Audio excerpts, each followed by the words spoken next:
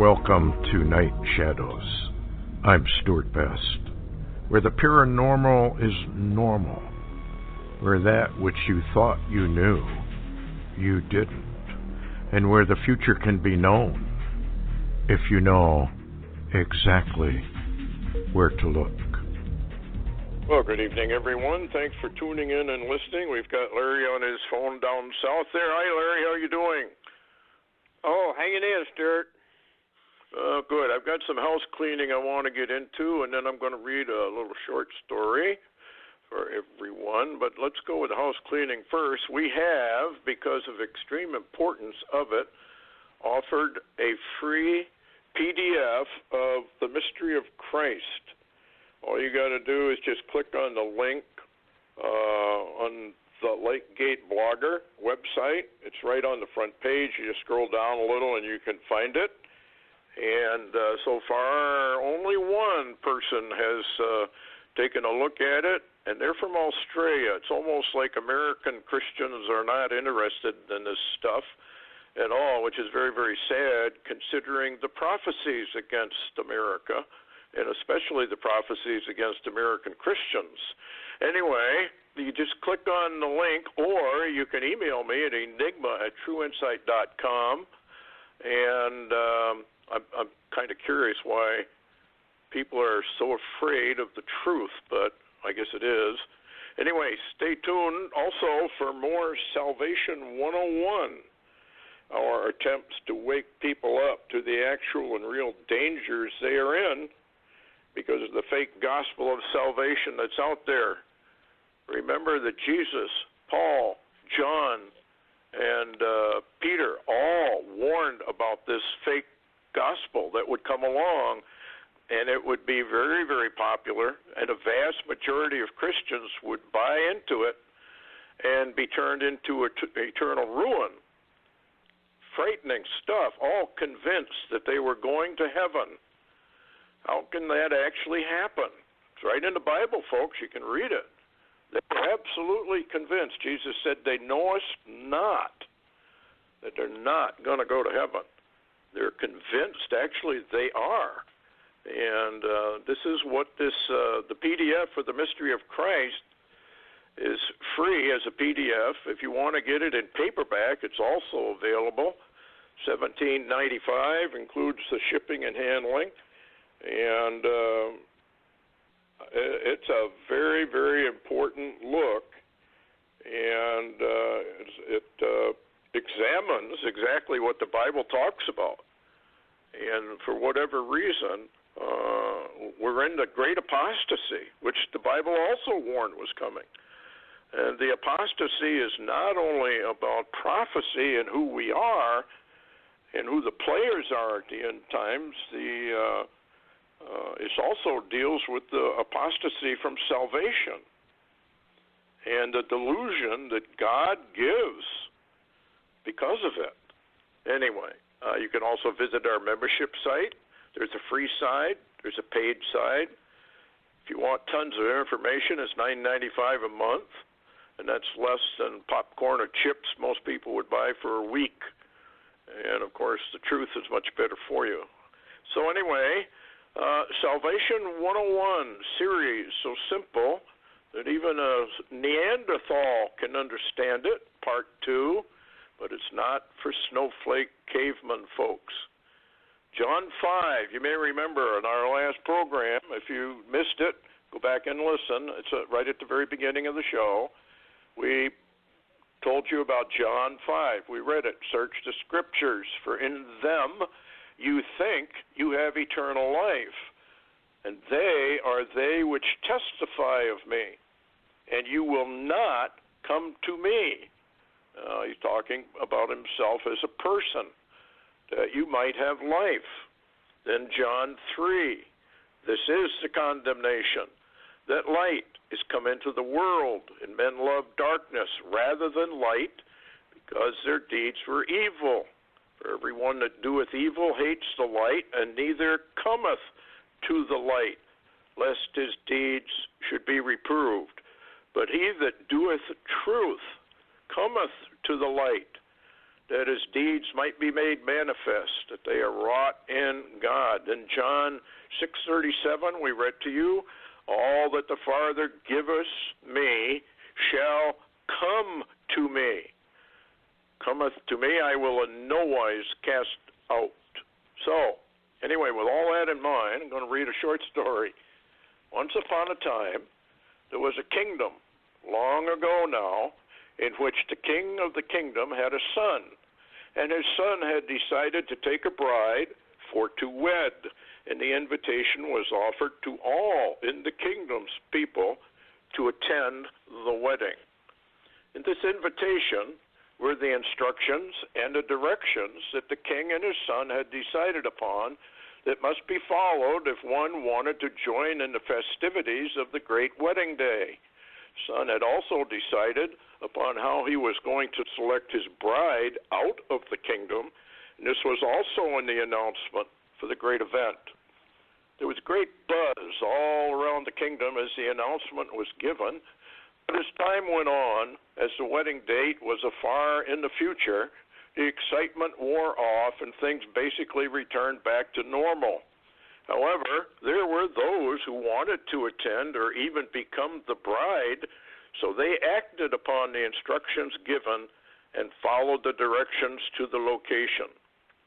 When they arrived at the place given, they found a wall surrounding that location, and there was only a very narrow gate that was extremely difficult to go through, so most of the people became very angry, began to murmur against the king and his son, saying, "This is too difficult for us. This is too difficult to do. The instructions must be wrong." And so they refused to go any further. But some, however, persisted, and they went through the gate. They struggled through it and down the steep and dangerous stairway to a low room.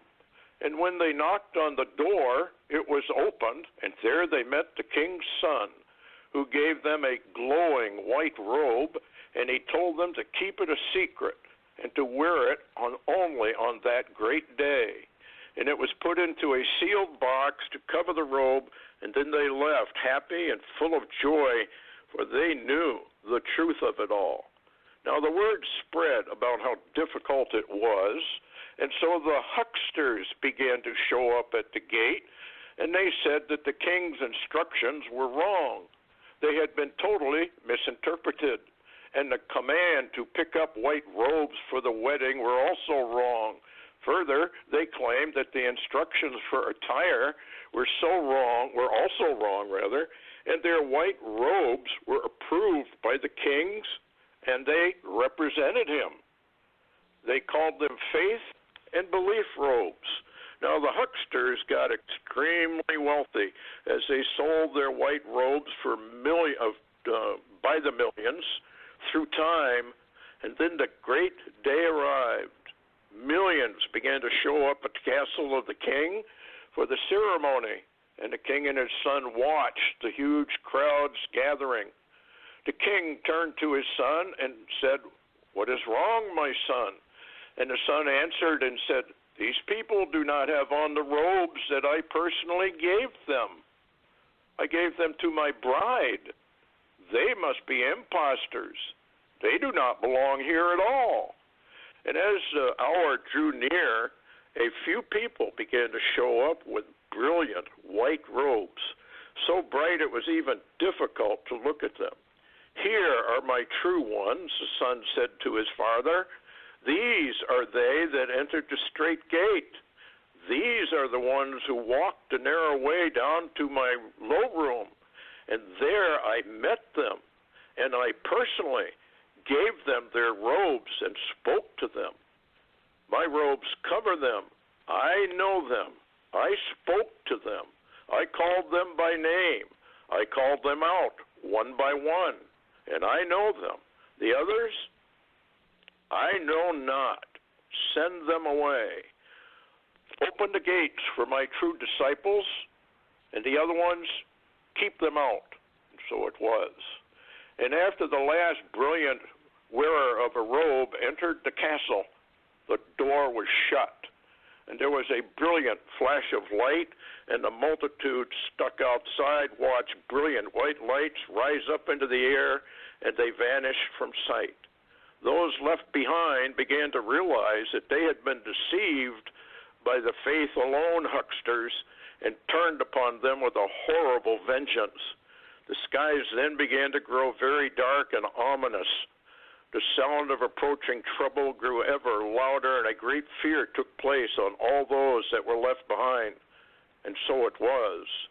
So what's the moral of the story? Why do you call me Lord, Lord, and not do what I say? Matthew chapter 7, verse 22.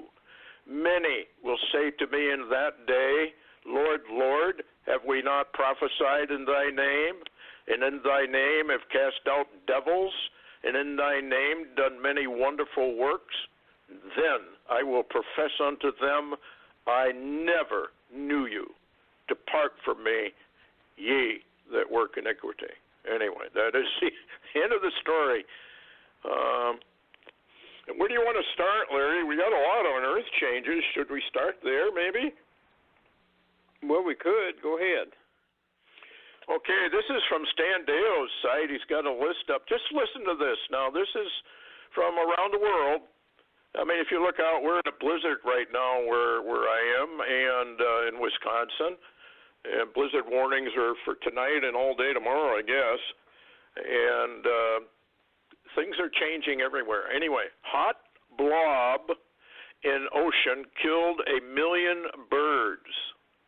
Washington's snow something pass buried under 6.7 feet of snow in 6 days. Nearly 10 feet since January 1st. 11.8 feet at Stevens Pass. Storm to explode into bomb cyclone offshore of New England before eyeing Canada. There is so much snow in the Idaho right now, it almost buried a fuel truck. Despair and destruction in Carbargo, New South Wales. Most people are running dead. A burned-out town issued a plea for help. Australians responded in droves. Supercell to descend on Australia. Severe thunderstorms, flash flooding, hail, and tornado warnings issued for Monday. Now, a mega dust storm races through Australia. Hundreds of thousands of fish dead in New South Wales as brushfire ash washed into the river. Largest rainfall in month expected over the weekend. That amazing. What do you think, Larry? I think these are warnings. Yeah, we're nowhere near normal anymore. It's all gone berserk. Yeah, it really has. And here's another little article. It's not very long. I'd like to read. Are we witnessing the prophecy of Joel begin to unfold before our eyes? And I thought this was worth looking at because I think there's two ways you can look at this prophecy of Joel. In the Word of God, there is an ominous warning, and this is by Ricky Scaparo.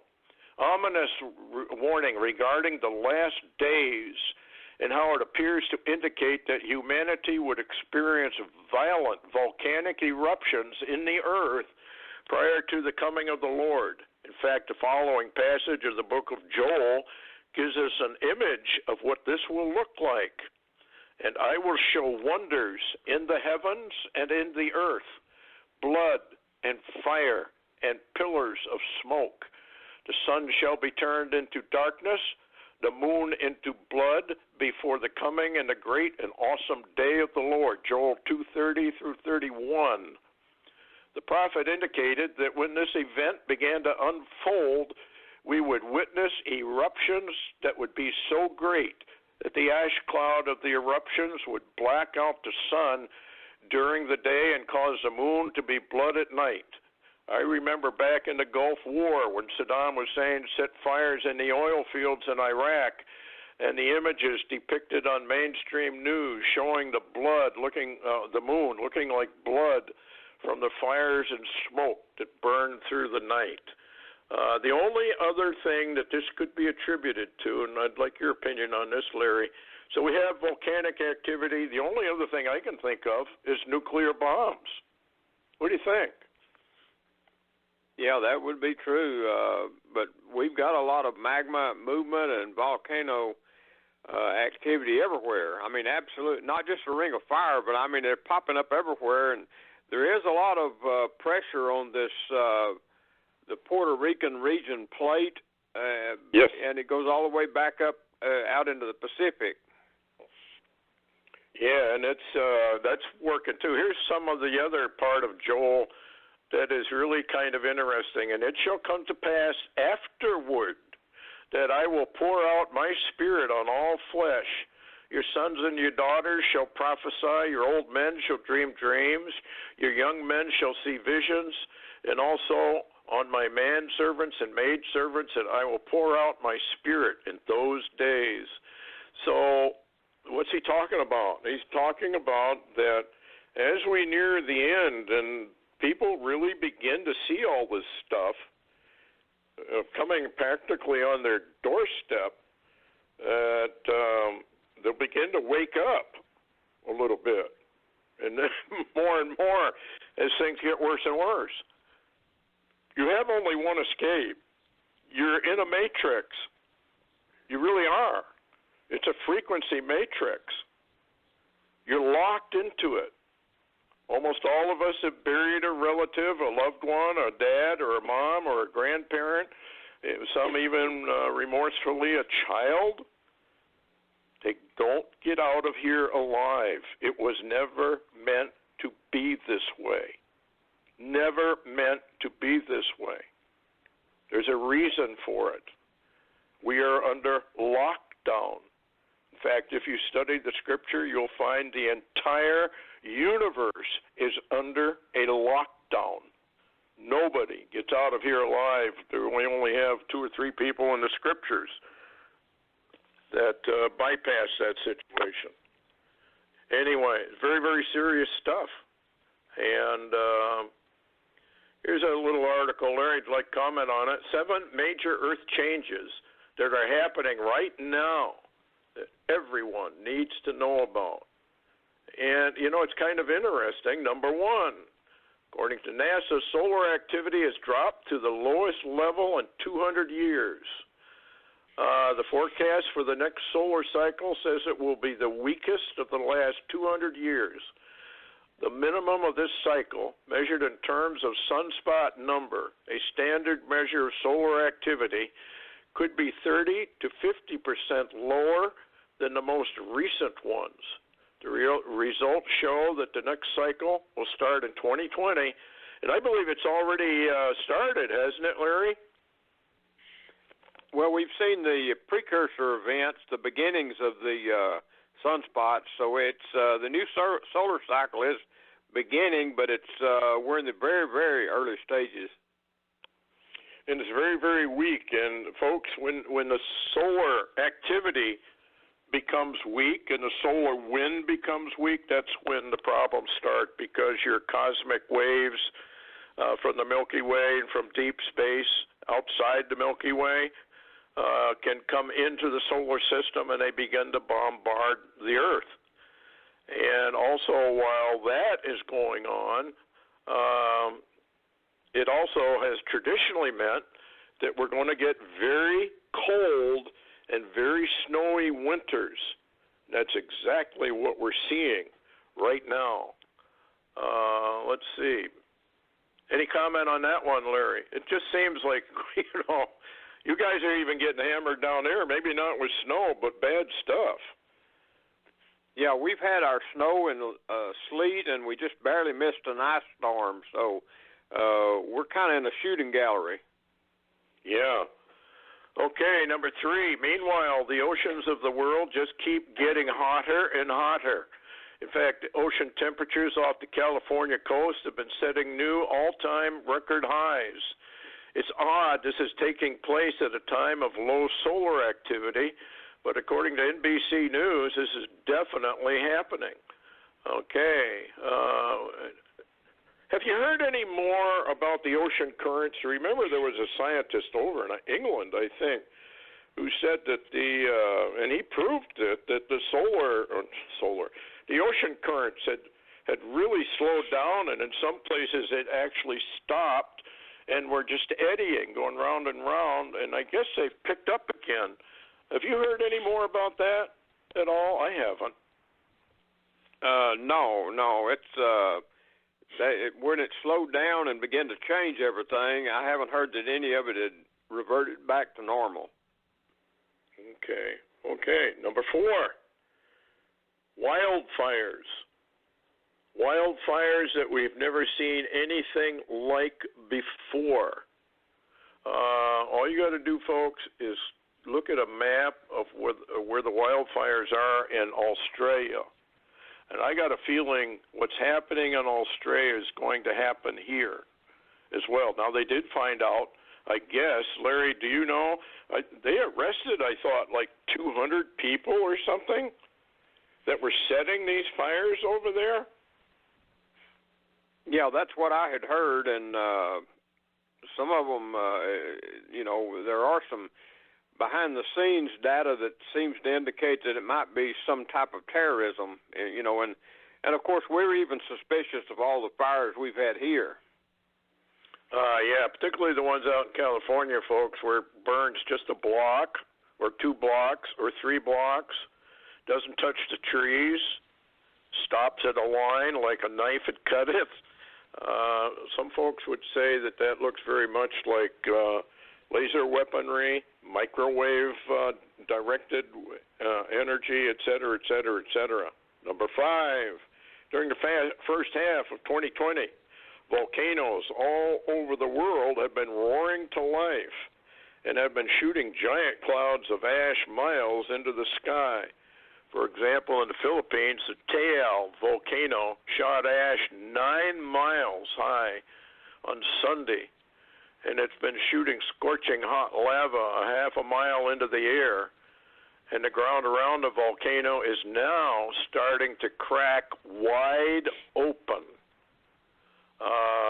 What's your sense on that, Larry? Remember, No Eyes had to say about huge volcanic eruptions going off. I would be concerned, Stewart, that if that ground is cracking wide open, that possibly magma below is rising. Yeah, that may turn into. In fact, they just found a super volcano, the largest caldera on Earth. I can't remember where it was. And some of these super volcanoes, like Long Valley, Yellowstone, are all coming back to life. You're just not hearing about it. So with that article on the clouds, that look like palm trees of smoke, that's what a volcano actually does look like when it shoots off like that. Number 7, on top of everything Earth, the magnetic field is steadily weakening, and not only weakening, it's moving very rapidly. This is all bad news. This is all signs of the approach of the destroyer. It's all signs of the approach of the cosmic waves that Dr. Paul LaViolette talked about. And there's lots of these things going on. In fact, we've already had several waves. Mike from around the world, now a lot of people don't believe him, but most of what he has to say has been verified scientifically. And he's talked about these waves coming through, and I think there's been 3 or 4 of them, and Dr. Paul LaViolette said that this is what happens when these things come through. They alter the DNA, and you begin to get genetic mutations. And I have been reading about more and more babies being born that are genetically malformed. The Book of Enoch talks about that very thing, that women would start giving birth to what they called monsters. Totally DNA altered. It's altered through radiation. And this is what we're going in. This is why Jesus Christ came here, folks. He came here to bail everybody out that would come to him. And instead, what are we doing? We're mocking him. Any comments on Earth changes before we move into something else? Yeah, you mentioned radiation, and right now, I've been following space weather, and yes, solar radiation and the radiation around this planet is just absolutely increasing in the atmosphere, and especially off the West Coast now. Yeah, and it can only get worse. And I do know that we've had reports of strange smells. We had them off the coast of New Jersey, New York, up in Maine area. We've had them off a number of places, and that is methane rising. There's something going on. Your friend, the prophet, Johansson, he talked about the disquieting in the center of the earth, right? If I remember right? Well, he did, and what's interesting is the last few years, that's what scientists are certainly saying is occurring. It's changes below the earth. Wow, yeah, the core. I'm not sure we know what the core of the planet is, really. I mean, some say it's just a giant ball of sort of liquid iron rotating round and round. Others claim the core is actually a plasma ball. Both will produce a magnetic field like we have on Earth. Where do you want to move to now? We got so much going on. I know you've got a new Bible code. Why don't we get into that? Well, it's kind of interesting, actually, Stewart. It's a code from Barry Rothman. He actually enlarged on the, the one that I read, I believe the last program, Dead Ayatollah. He actually enlarged on that one. And so I won't really go through all those unless you just want me to. I read both of them. But he actually found another matrix, which he added to that, and its matrix is a combination of two in a way. And here's the interesting terminology. Number 1, atomic holocaust. Number 2, Korea. Number 3, North. Number 4, Trump. Number 5, President. Number 6, Persia. Now, we know Persia is Iran, basically. And then there was another short one he ran that dovetailed into that called the matrix. It says, number 1, atomic holocaust. Number 2, prevention. A very strange word popped up in that matrix. Number 3, president. Now, here's what I'll tell you what Barry Rothman kind of concluded a little bit in his research, and get your comment, because he began to look at a lot of this stuff about the time frame we're in, talking about the Ayatollah, the Mahdi, Iran and war and protest and et cetera, et cetera, et cetera. And actually, both of them had the year 5780, which is 2020, and then ties in with atomic holocaust. And you know where we are right now, in the Middle East, where it's really on a tremendous tension going on.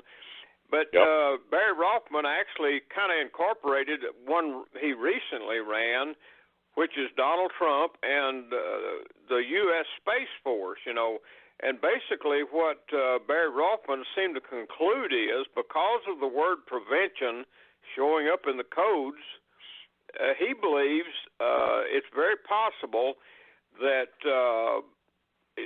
just before the atomic holocaust happens or the World War III in the Middle East or whatever, to where nukes are going to be involved, that suddenly Trump, because he's brought this U.S. Space Force out of hiding, I guess you could say, or out of the Black Project, because it was already operating, but he brought it out and identified it and put it into motion. And anyway, it's interesting that he believes that either Donald Trump uses this Space Force and possibly the TR-3B or the secret crafts, and, to actually prevent the atomic holocaust itself by some type of attack, or he says it would have to be an ET intervention to stop it. Wow. Well, there's your arrival, and we have had those people who seem to think that we start to get into a war, and the so-called ET come to save us and stop it. Very, very interesting. Of course, we've had the TR-3Bs now for some time. We've even had videos of them all over the world, basically. So we know that that's true. And if I remember, I think today or yesterday, they installed the first commander of the U.S. Space Fleet. General, I guess, something like that. That's fascinating, though, because it's right on time with what we're going to get into here on Iran. Before we do that, I want to touch on the Virginia thing, and you mentioned the Mahdi.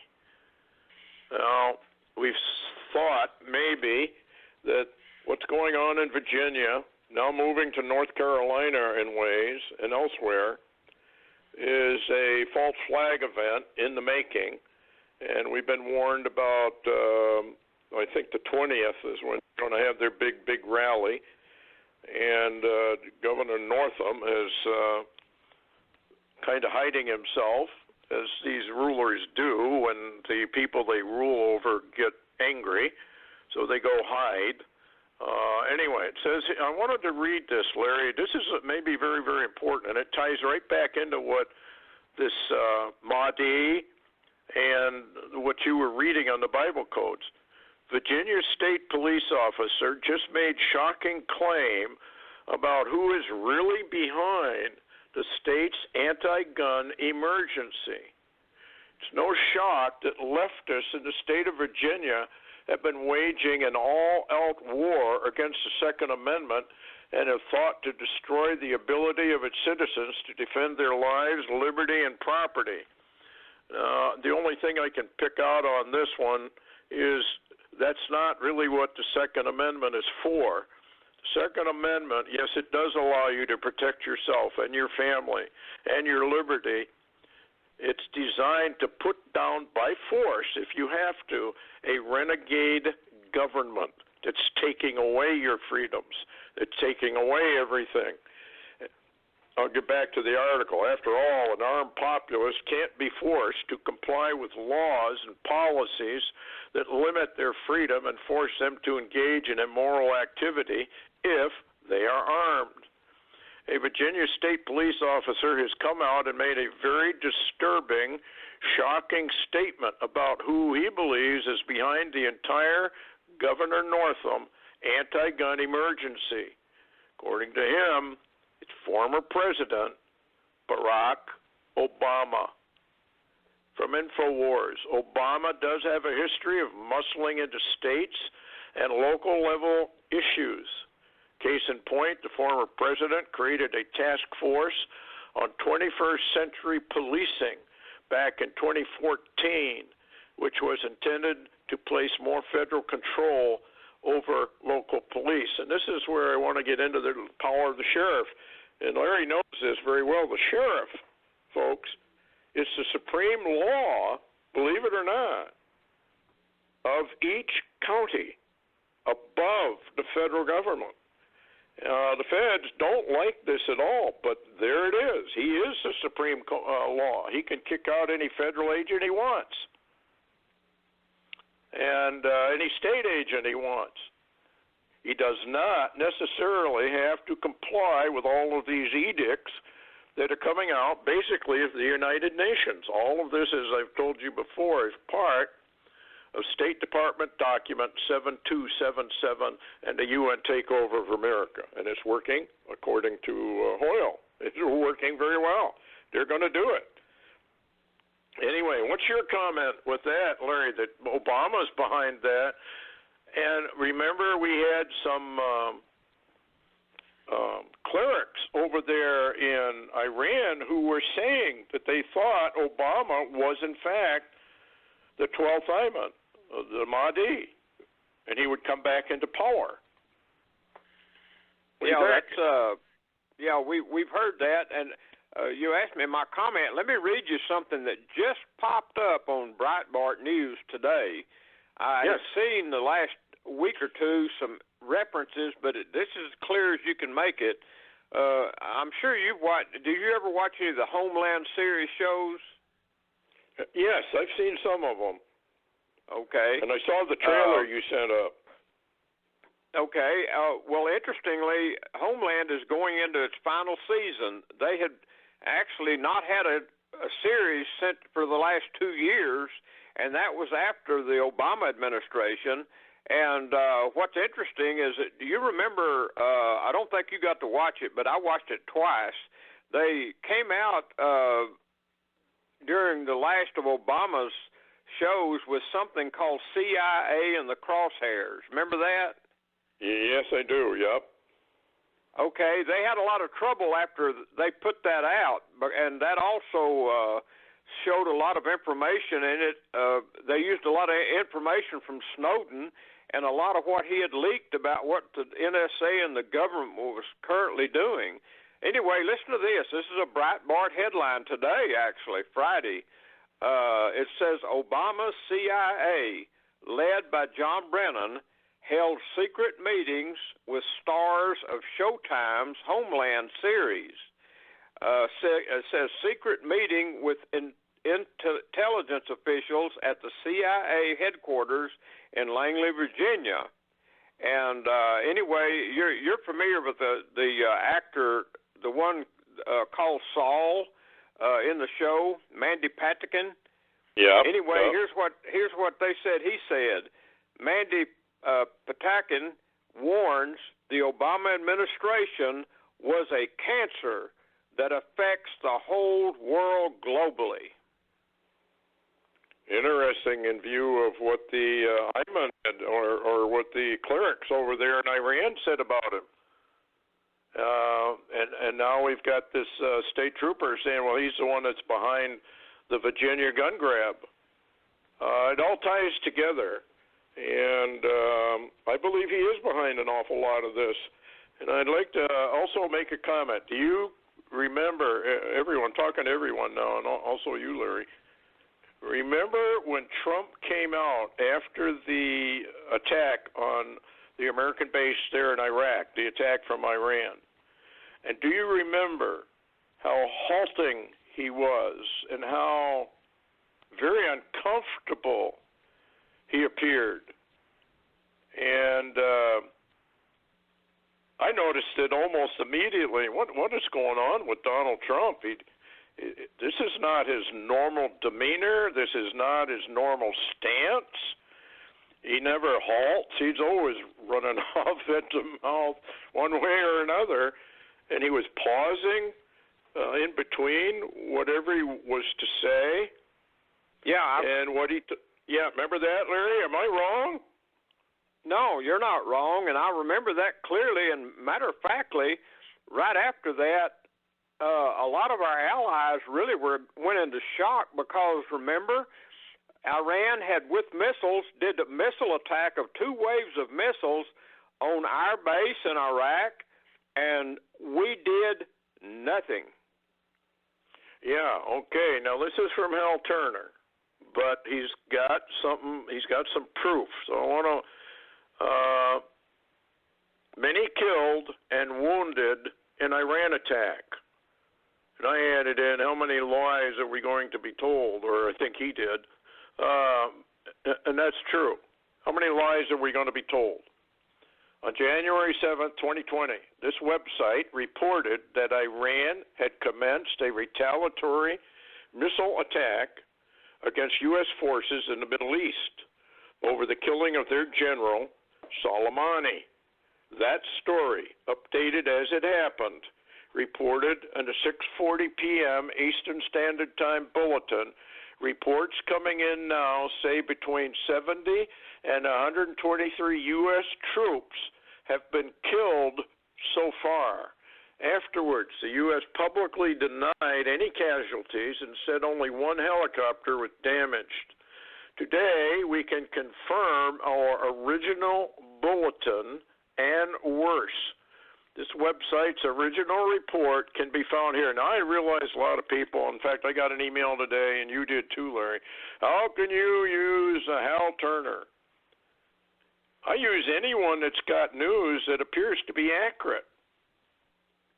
That's my stance on it. If I can vet what's being said and it's true, what difference does it make where it came from? You know, if you're going to pass judgment on these people, we probably wouldn't have any news to bring. I got an email one time from somebody who says, well, you can't use anything that's not biblically sound. And well, okay, that then means I can't use any newspaper. I can't use any news from TV or radio. It's all secular. So therefore, if it's not Bible, it's not sound. Well, if you want to bury your head in the sand, go ahead and bury your head in the sand. I'm going to report the news if I can vet it and it looks accurate. And if people don't like it, they better tune out and move on, because there's not going to be anything here for you. Within that report, in our bulletin at 6:40 p.m. EST, casualty reports are shown below. Government lies, goes the subheadline. After the Iran missile attack, the U.S. government reported no casualties. This claim was repeated over and over in virtually every mass media outlet of note. And that includes Donald Trump. That's what he said. No Americans were hurt. Even CNN, in its coverage days later, reported the strike was the widest scale attack on a base housing U.S. troops in decades. Troops said the absence of casualties was nothing short of a miracle. Well, then we heard all kinds of news. They'd been forewarned, and so they moved away. Then we heard that the Iranian Ayatollah had said we deliberately did not target human life. So we did this and we did that, right? That's what they said. Isn't that right, Larry? Oh, yeah. Okay, so now, today, the Hal Turner radio show can prove that there are, in fact, serious casualties. We can prove the government knew this. Thus, we thereby prove the government lied, and the mass media utterly failed to vet their reporting, which is now shown to be false. Below is a copy of a letter from the Office of the Chief Management Officer at the Pentagon. The letter, dated January 13th, reports total number of casualties, 285, 139 deceased, 146 injured, extensive damage. Now I want to read the proof that he provides. Office of Chief Management Officer, 9010 Defense Pentagon, Washington, D.C. It's got the official seal of the Department of Defense. Dear so-and-so, it's got blacked out. This is in response to your January 10 Freedom of Information Act appeal concerning Iran's missile strike on the U.S. Ain al-Assad Air Base in Iraq on January 8th and its subsequent damages and casualties. Following detailed examination of U.S. Ain al-Assad Air Base by DoD Special Investigative Team, concluded estimates are as follows. Total number of casualties, 285, 139 deceased, 146 injured. Extensive damage to 15 helicopters, 1 Black Hawk, 2 cargo aircrafts, and 3 MQ-1 Predator drones. Extensive damage to Base Command Center, 3 hangars, 3 barracks, 10 military tents. Relative damage to Air Traffic Control Tower and base's runway. Initial assessment mentioned damages will cause total impairment of the base activities for at least 3 weeks. Signed, James P. Hogan, Chief DoD FOIA Policy. What do you think, Larry? I think we're not being told the truth, and of course, for a number of years, going all the way back, whether it's Obama, whether it's Bush, whether it's Clinton, we've been lied to a very, very long time. And I even remember the pictures that they were putting out on the internet and the news agencies, and it didn't show but one blast site, and that's all been a lie. Yep, it has. In fact, it was picked up on a British newspaper. They showed extensive damage. They had a bunch of pictures. Can't remember whether it was the Mail or one of those papers over there. But they're still just reporting 11 people with brain damage because of the blast wave. And it didn't show up right away, so that's why they said no one was injured. Somebody's not telling the truth. Personally, I think Donald Trump was ordered to say what he said, and he was very, very uncomfortable having to do it. Well, Stewart, I think yeah. Go ahead, Larry. Yeah, I was going to mention also, according to the Israeli press and Debka File and others, our missiles were not able to stop the Iranian ballistic missiles. Something went wrong. Even our drones in the air lost contact. So we were either we can't stop their missiles, or Russia's jamming all of our electronics, so we can't. And so the people also don't know that maybe we couldn't strike back because we didn't know what we had anymore. Yeah, when I don't know if you folks remember, but we had an aircraft carrier and two other ships, I think, that were Margrave technology disabled. They went dead in the water, so to speak. This Margrave technology, if I'm pronouncing it right, is kind of like an EMP, which fries your electronics. And if they're using that, or they're just using jamming, where it doesn't fry the electronics but does jam them, we would not probably be able. And plus the fact, we don't really know what Iran has for missile technology. I mean, they're good buddies with China. They're good buddies with North Korea.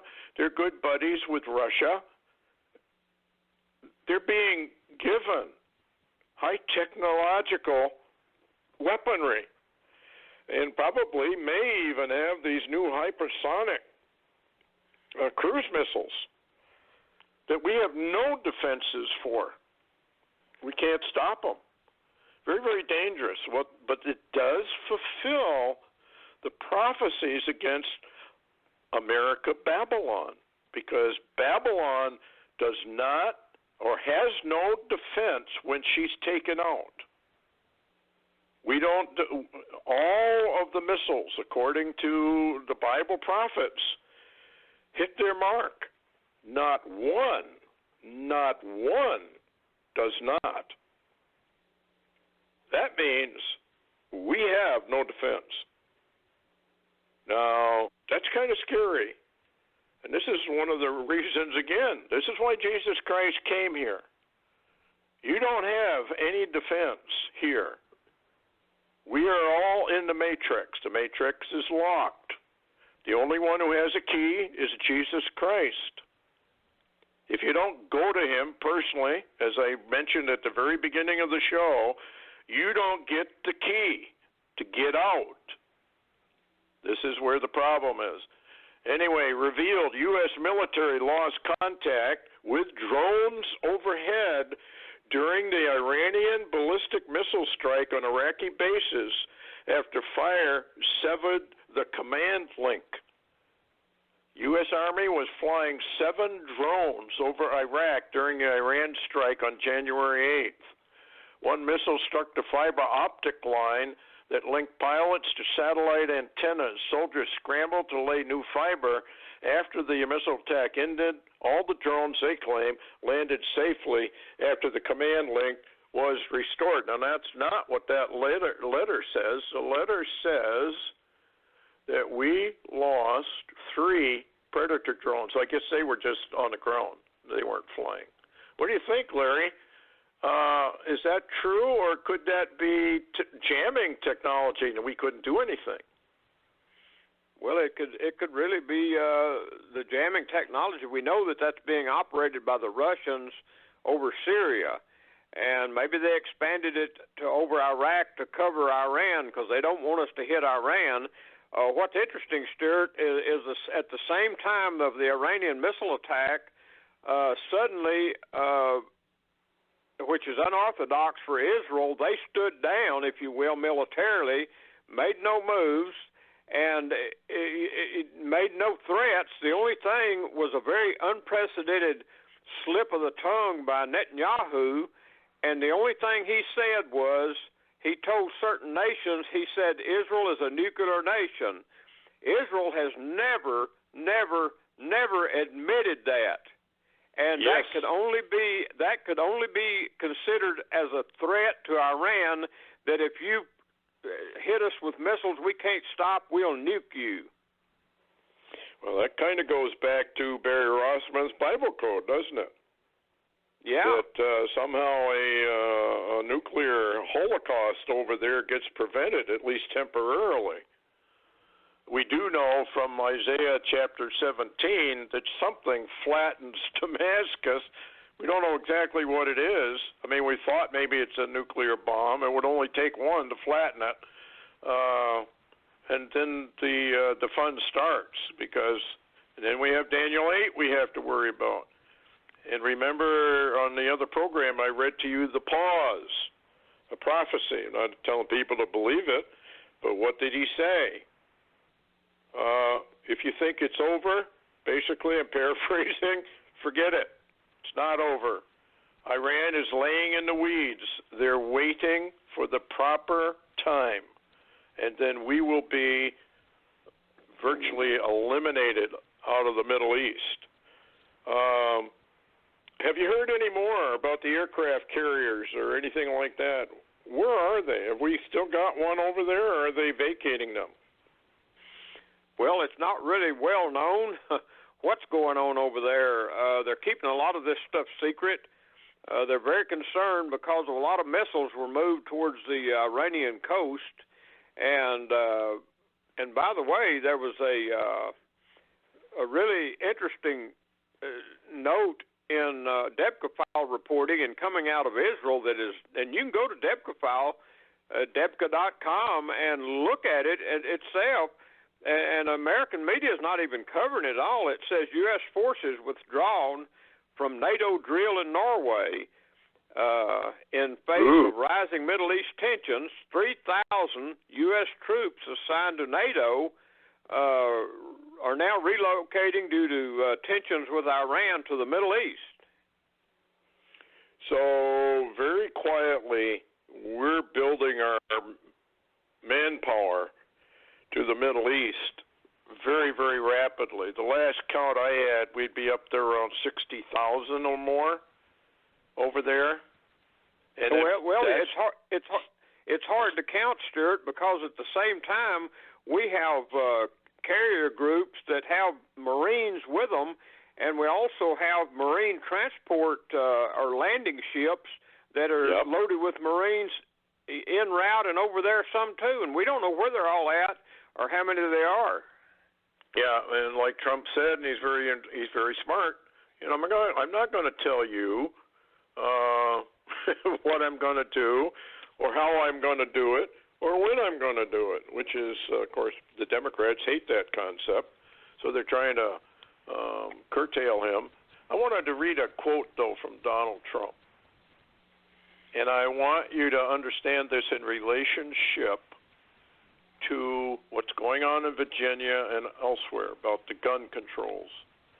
I am coming, this is Trump, I am coming to the conclusion that what is taking place is not an impeachment. It is a coup intended to take away the power of the people, their vote, their freedoms, their Second Amendment, religion, military, border wall, and their God-given rights as a citizen of the United States of America, President Donald Trump. Now, he has warned us before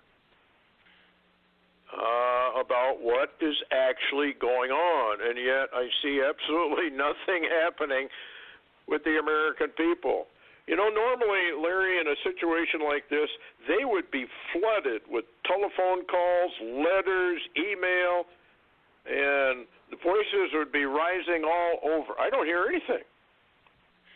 I don't hear anything at all. Stewart, it's like either America is comatose, and that's the best word I can use, totally comatose, and probably a lot of people hadn't been in school long enough to understand that word anyway, but it's either that or I don't know where they are. Maybe they're all on another planet and you and I are on some place called Earth. I guess that is it. I don't know either.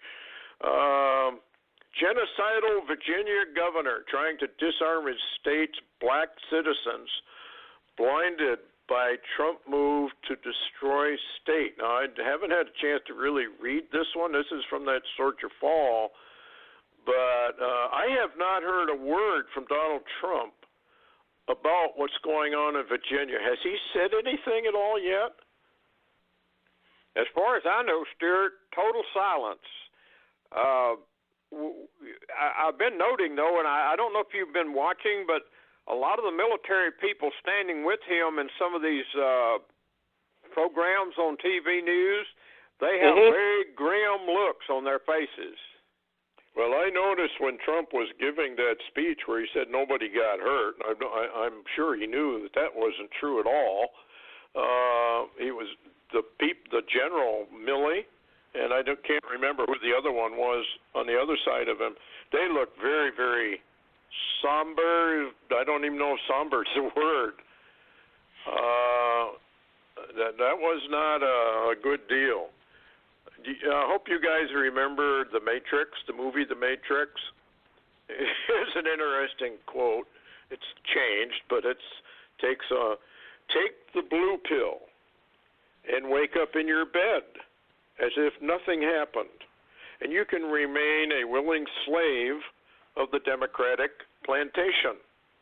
Take the red pill, stay here with the freedom that Republicans have won for us, the freedom that is here if you want it. I thought that was kind of interesting. Yeah, that's a new take. So what else have you got, Larry, before we close? Well, I was trying to look at my notes real quick here. There is another post real quick from Fox News that talks about an isolated Ayatollah. Iran's supreme leader lashes out at European powers as Trump sanctions vice tightens. So a lot of this, all of this stuff kind of dovetails back into Barry Rothman's Torah code. Yeah, and that guy gets assassinated, I guess, or it says dead or killed. So, again, folks, don't forget, I can't remember what his name was.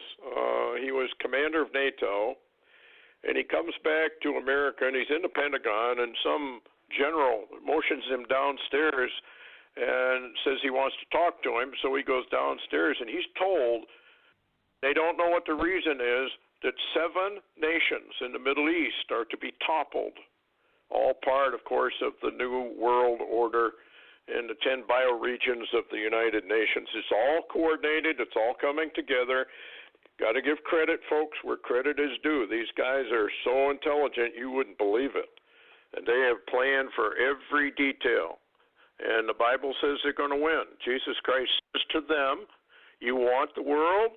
I'm going to give it to you for a very short time, and then all of you are going to hell. So I guess they've chosen they want planet Earth for a couple weeks rather than an eternity in heaven. So that's just the way it is. Anyway, any final word, Larry? I would, with what's going on, I would be very watchful about where I go throughout this weekend, and especially beginning with the impeachment and the Monday situation in Virginia. If any of this begins to pop off, it's going to have effects all over the country. Yeah, it will, and it'll go down very, very rapidly.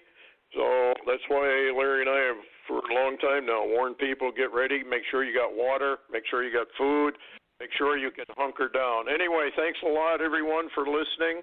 You take care of yourselves. Heads up, your redemption does draw near, and we'll see you, if the Lord is willing, the next time. Thank you. Good night.